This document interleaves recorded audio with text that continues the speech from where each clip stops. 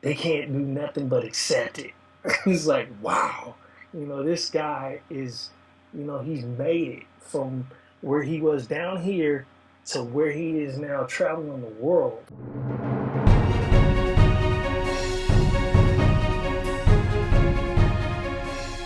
Today we're talking with Carlton Colbert, Yes. and he's going to introduce himself, what it is that he does now with his talents and his skills. Was it planned? What I do now was not planned. It was found. It was found through a test I took called Myers-Briggs. I tested to actually find this passion that I actually had. And it was also helped in the process through mentoring and guidance. What is your passion? What do you do? I do video production. I'm a video engineer and specialist, and I also do video editing. So I'm just a one-man band production team. I also do video live event webcasting for pharmaceutical and medical compliance conferences all over the globe. It's taken me to China twice, Dubai, Spain, Madrid, Kuala Lumpur, Malaysia, Brazil, Sao Paulo, not Rio, wish it was Rio. And then later this year, it will be taking me to the Philippines.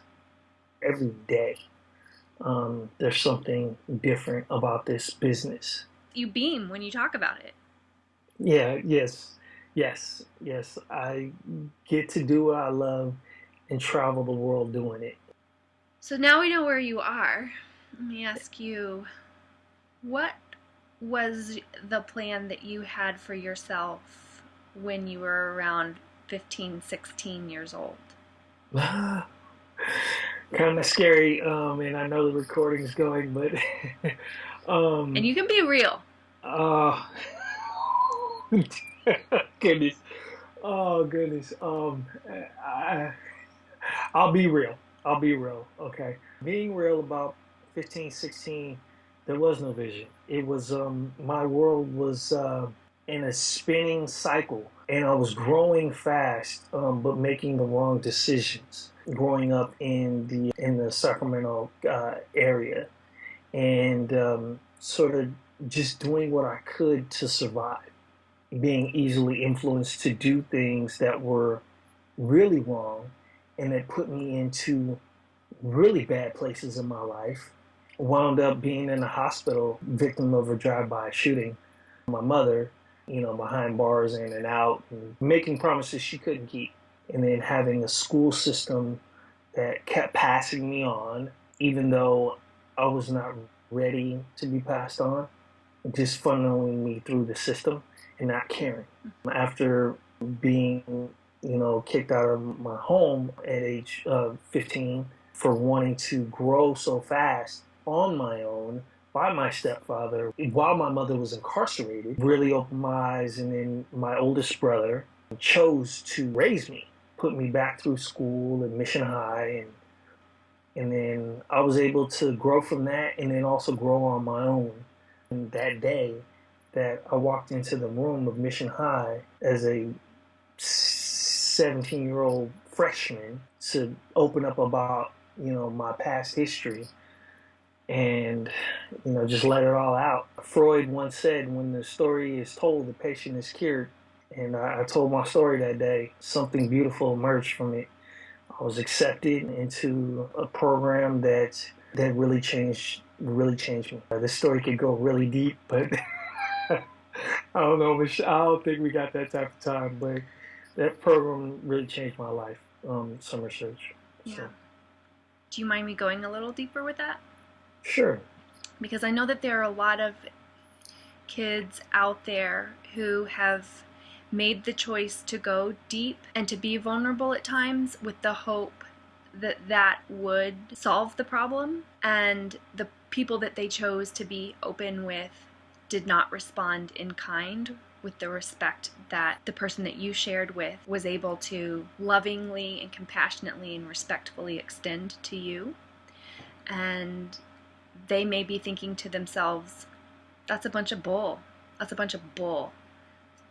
When you choose to open up like that, you just choose to get crushed again. And I'll never do that again. What would you say to somebody who has been burned by opening up? It's very true. You can get burned. You can get burned a lot. How many times did you try to walk before you knew how to walk? You have to fail forward. You know, there will be those in your life that will put you down. You'll open up to them and they might use it against you, but there will be that person. I mean, I'm not telling you, spill your heart to everybody you meet, because no, that's not how it works. You have to be able to genuinely, because you're going to trust at least 3 people in your life. One of those people will genuinely care about you, and you just have to make that decision and consult with yourself to know that that's the right decision that you made. And a person's actions speak much louder than their words do.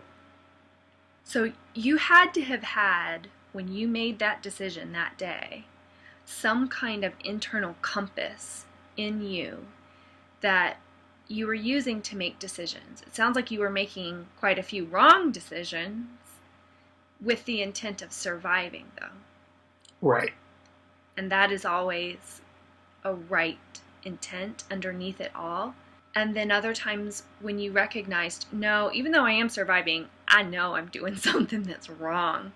Right. What is it that you feel like maybe it's changed over time, but what do you feel like have been the compass points for you that have allowed you to figure out what's the right direction to move you into the person that you are right now? The compass points for me in my life were those who cared about me and those real intangible opportunities that I had from those who believed in me. So if they believed in me, why can't I?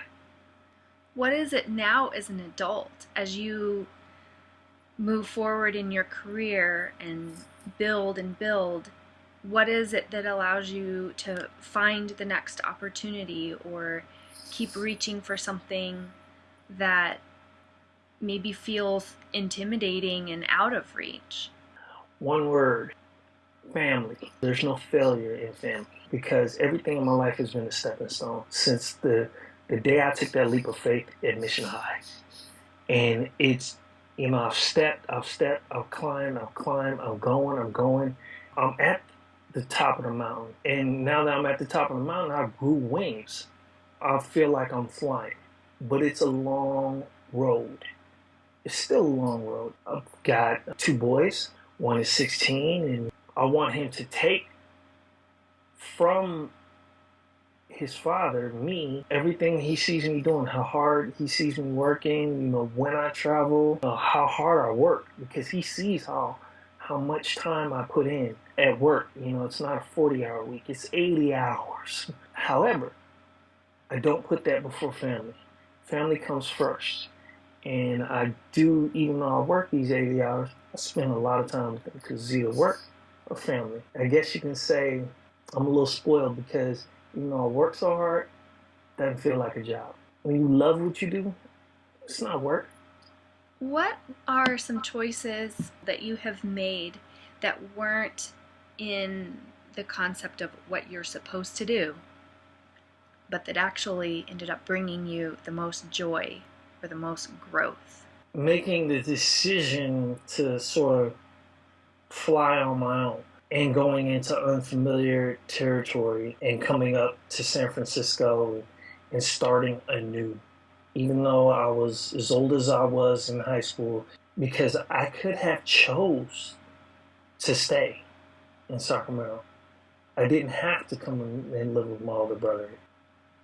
If you had stayed in that comfortable, familiar setting in Sacramento, What do you think could have been the outcome of that? Can we use that answer of me shaking my head? Sure. Okay, we're going to use that with the fact that I wouldn't be here. I would not be here. I had to put on this exterior and tough exterior about myself that got me into a lot of trouble. And I don't believe that I would have been here. So. That has not been my lived experience personally, but over the years I have worked with a lot of different students, and I have seen their journeys and their experiences from the outside. Mm-hmm. And I have watched this very painful and very real internal conflict within them of, do I stay with what is familiar, or do I choose to take a risk and step into what is different than my family of origins lived experience? That if I step away from them, I may not have that in common with them anymore, and it may be alienating and scary for me to step out here on my own and maybe even be rejected. And deep down inside of all of us, rejection from our family feels like death. And I hear you saying, if I had stayed there and not chosen to step into something frightening and scary and new over here, that would have also equaled death. You know, it's funny hearing you talk about how you're rejected. Can I? I'm going to say it in a teen fashion that they use nowadays, keeping it 100. Mm-hmm, mm-hmm. So keeping it 100, you will be rejected. When you grow and you do positive things, they will call you a square bear. They used to call me a square bear. Oh, you're different. Oh, you know, you're not real anymore. No, that's not the case. I'm just trying to do different. I'm trying to be different. You know, I'm seeing more out of life now than this concrete jungle that I used to live in. People are going to hate on you for doing, you know, for moving in a different direction than what they want you to move. You can't live for them. You have to live for you. And time is on your side, but it's not. You know, you got to do it now. You got to make that choice now. And you got to be hard-nosed about it. And you got to move, you know, and don't let nothing, you know, get in your way, because now they can't do nothing but accept it. It's like, wow, you know, this guy is, you know, he's made it from where he was down here to where he is now traveling the world. I feel like I'm flying. I just, you know, I want to continue. I want to continue on this path. And, you know, I think Eminem, yes, Marshall Mathers said, you know, failure's not an option. Success is, you know, so I'm trying to fly. How do you find guides who can help you along the way and let them know that you want their help? You gotta listen. You gotta be able to listen. You gotta be able to watch a person's actions based on what they say. A person can sell water to a whale, but if they ain't got the water, then the whale ain't coming. You know, I've been sold many dreams before, even by my own peers, you know, and my own family. So, you know, I just watch people and what they say and how they live what they say. That's how I find those good people. You know, you don't find them overnight. You watch with a watchful eye. And then as you progress, you ask even more questions. See if they live it, see if they live it, see if they live it. Give them something, give them, you know, a piece of you know, whether that be a story, see how they use it. I mean, All of it takes time. Nothing happens overnight. See, that's so contradictory to the story we're told, which is fast, quick. You gotta boom, and if you're not like this big thing by the time you're 25, forget it. You're done. You're over with. That's the story, and I think that's why a lot of young people feel this sense of paralysis. Of I don't know how to make it happen that fast, and if it doesn't happen that fast, I guess I've missed it, and my life will just be downhill, and I'll be in Loserville forever. No, it takes time. Some are blessed to have it. Some are lotto winners. Some work hard. That's me. I work hard. That's how I want to grow. Work hard, be a good person, and humble, and then, the rest will really fall into place. What insight or advice would you give to a young person who knows that they want their life to be meaningful, purposeful, passionate, but they have no idea what that would mean or how to make that happen? You have to be able to listen.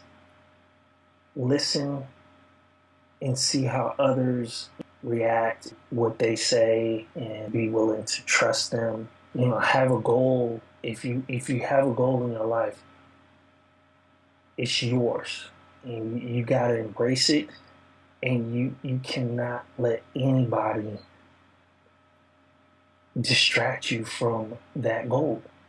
You gotta keep pushing forward. That's what you want.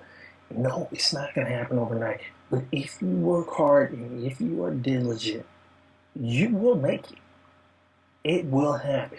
It can happen because you want it to happen. You are driving your success. It's you. I just feel so blessed to have had the opportunity to meet you. Thank you. In this technological way. And I know that there will be some bits of this conversation that people won't totally get, so they'll need to go to the interview with Linda Mornell, who wrote Forever Changed, which is there's a chapter in that book that's all about you and how she came to meet you and how you came to touch her life and mean so much to her. And I'm very thankful for that introduction from Linda. So thank you. Thank you.